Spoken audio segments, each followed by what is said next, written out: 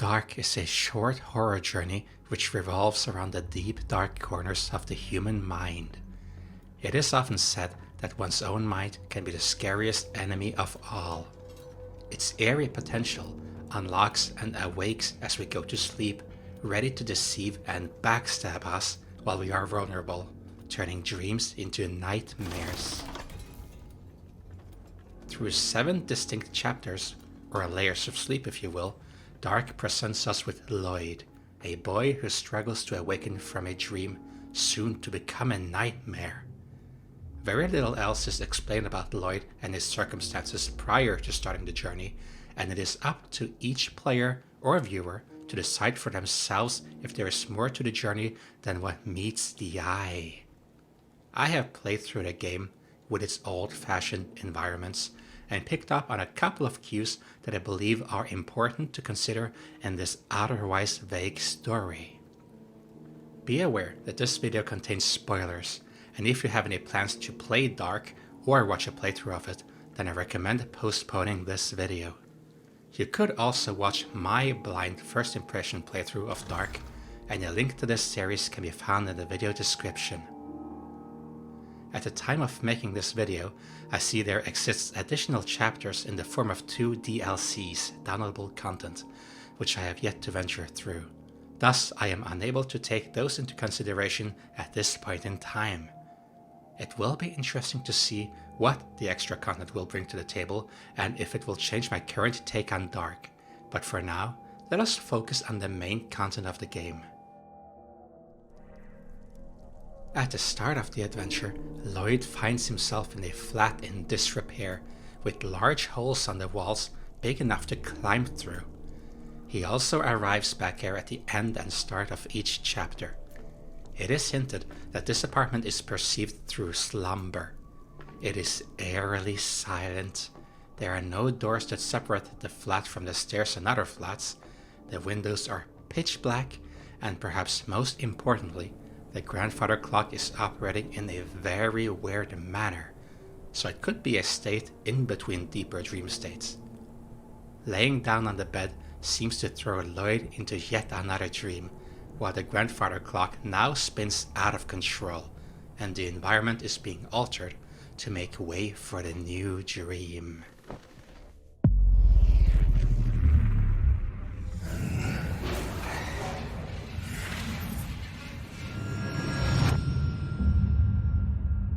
Lloyd appears to be traversing through various states of dreaming, but I believe there's more. In the mysterious ambience of dreaming, listen closely and you will hear a heart monitor.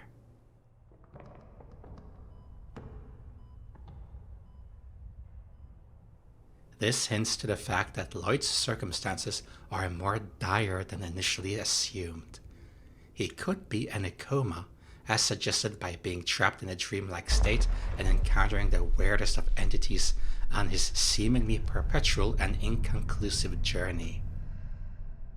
My take on the story goes even further, that Lloyd has not even been born yet. While it might not fully make sense, and most of the cues hint toward the boy being in a coma, I still believe this all revolves around birth in one way or another, especially considering the events of the 7th chapter of the game. The first chapter takes place in a dungeon-like environment. Lloyd has to undergo a series of puzzles in order to progress to new areas, which could refer to his brain showing activity and slowly waking up to reality, trying to test itself, as fond of puzzles and games the human mind is. In the case of a coma, it could be the process of the mind trying to rebuild itself and recover, or in the case of birth, all the gears turning could indicate birth is not far away, with the occasional large-scale quaking possibly being real-life contractions. Assuming that Lloyd is yet to be born, it does not make much sense that he can dream about objects and shapes that he may have heard but never before seen. If we keep insisting that this is him during pregnancy, then could it be that he once lived before and now is being reborn? Or does the mind somehow cleverly guess how everything looks like based on sound. I believe the environments in his dreams are fully based on where the mother has resided and visited during pregnancy, where the mind, surprisingly accurately, draws the environment based on what he hears. Sounds in the game are emphasized by being extra rich and loud compared to other senses, and Lloyd would, after all, only be able to hear the real world at this point in life. The second chapter takes place in a loud and startling subway station, where all the trams go at a ridiculous amount of speed. Lloyd does appear to understand the concept of time, as keeping track of time is important in such an environment, and he at one point picks up a wristwatch, which is crucial to progressing onwards. At the same time, contradicting environments are sometimes meshed together into one dream, like how Lloyd goes into a locker room, or as is experienced in a later chapter, where Lloyd moves off a moving train's walls and wanders straight into a cave. Chapter 3 takes place in a neighborhood near a park, and the first thing Lloyd spots is a severed arm, seemingly stretching for Lloyd, wanting to help him. He needs to gather all four arms in order to power on the bridge controls, allowing him progress to the next dream. The neighborhood is messy, and Lloyd may interact with the environment by forcibly turning it around. The world quakes by itself throughout the dreams from time to time, and here we can see that interacting with the environment throws everything around, showing quite some forces at bay. I believe this could be how Lloyd perceives what I think is a mix of contractions and the mother's movement in general.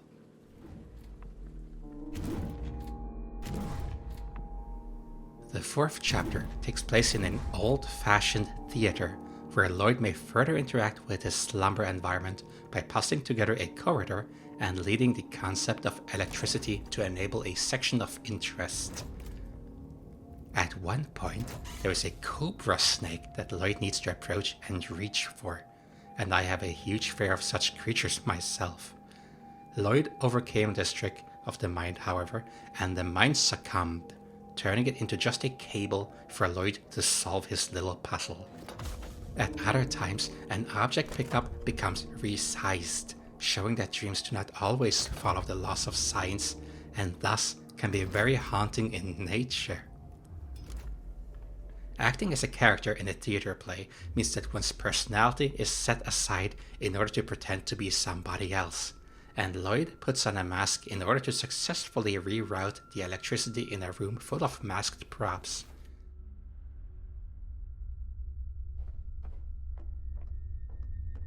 After putting on the mask and entering the room, the entities curiously jerk a bit towards Lloyd.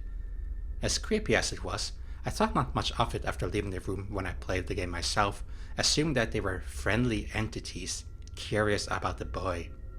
Though I must say, going through this footage right now as I'm narrating this, it would not at all surprise me that had I entered the room and turned on the light before wearing the mask, all of the props would violently attack him. Maybe. If you who are watching this have seen this outcome, then do comment and enlighten me about this, as that is indeed a creepy thought. It would help explain why they turned to me in such a jittery fashion. So, an unknown fate that I was lucky to avoid in that case.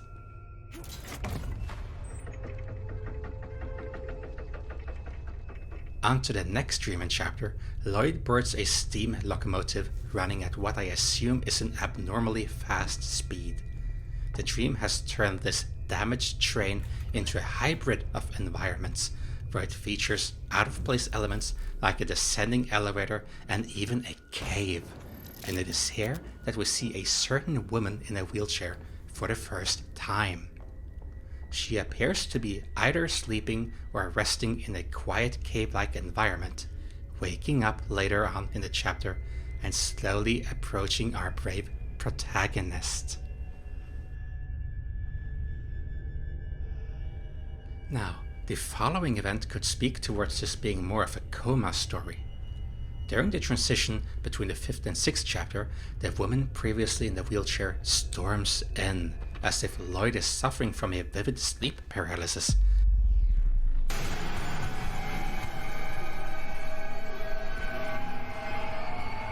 But as Lloyd escapes one dream's reality and slips into the next, the woman slows down and gently reaches around Lloyd's former body, as if to embrace and hold him close. This woman probably has a significant meaning to Lloyd, perhaps even his mother. Following the thread of a coma story, Lloyd would lie in a hospital bed all the time, and the mother might not be in a wheelchair, but a normal chair, which explains why she could suddenly not just walk, but even run. Between the chapters is what looks and sounds the closest to a normal reality. By that I mean when they are in the regular flat. And this could be where Lloyd is close to waking up, but then slips into another deep comatose state. If this would be the mother sitting in a chair not far from her son's bed at the hospital, then she could have glimpsed a small movement and then come rushing for her son to carefully embrace him. Yes, this could also explain how Lloyd tries to sneak carefully in the aforementioned cave section, and the woman leaning forward after noticing a little bit of movement or sound, before becoming dormant again. You can also see someone in a wheelchair facing away from us, presumably the same woman sleeping in a chair by the reception of the hospital. I am not fully giving up on the birth theory yet, though I must admit I was close to when rewatching footage while narrating this here and now. Nonetheless, Lloyd fears her, and this shows a lot throughout these dreams. This could simply be the mind turning someone close to him into something scary. Nightmares have the wonderful ability of making just about anything scary in the heat of the moment. It does slowly strike me that all of these dreams seem to take place in the nocturnal hours, and many entities appear to be sleeping. The trumpet welded to a human body on a wheelchair is a perfect example of the mind picking up sounds from the real world and turning it into something extremely ridiculous and perhaps equally much horrifying. If this creature in the dream stems from sounds in the real world, then I can imagine it being heavy furniture or equipment being dragged somewhere, creating a sound that could remind someone of a deep brass instrument. This could also explain how the creature moves in harmony with the sound, as if being dragged away, and also explains why he sits on a wheelchair in Lloyd's dream.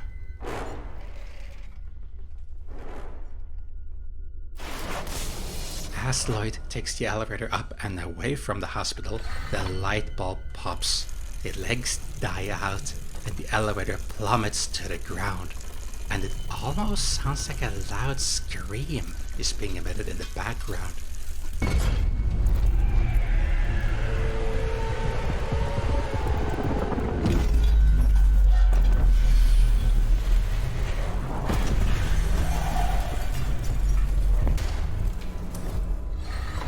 It could be contractions causing this and all the following rubble, if we follow the theory that Lloyd is about to be born.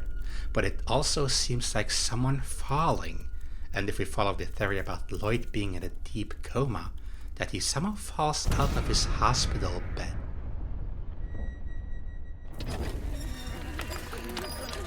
The woman in the wheelchair sounds distressed and upset, hurrying after and sometimes reaching for Lloyd, and the lamps shooting electricity could be defibrillators trying to jolt life into the struggling boy. Being smashed by falling objects forces us to try again, as if waking up from the dream is not an option. So does the boy truly want to die? Is this entire comatose state a result of a suicide attempt? Does his black and white striped clothing indicate that he's trying to flee from the prison that is life? Questions. I am likely reading way too much into this, but that is what the ambiguity of the horror genre is for, and I love it. Everything is crumbling and falling apart, including the very ground Lloyd is standing on, and that could mean that the birth is now taking place. But it could also mean that Lloyd is closer to death than ever before. There are also pillars made of large skulls that can be seen in the area, indicating that this could be the kingdom of the dead.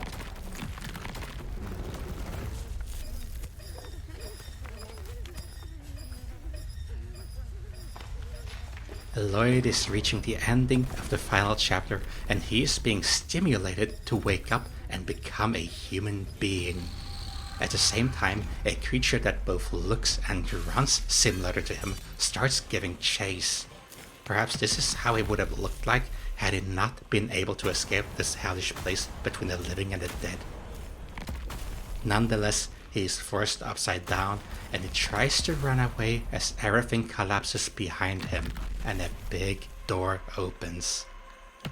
Blindingly bright light is not the only thing that pours into the cave, but also muffled sounds of the outside world, including a faint heart monitor, but stronger than before. As Lloyd slowly makes it through the opening, slimy sounds are heard, and a baby can be heard as well. This is the biggest hint to me that the story is about birth and that Lloyd is now reborn.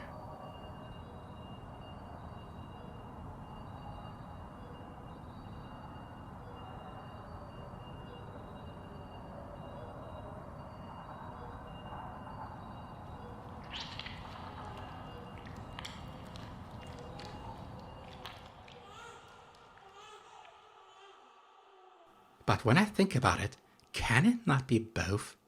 Could this be Lloyd passing away in a coma and, before perishing forever into the kingdom of death, gets the chance to be born anew?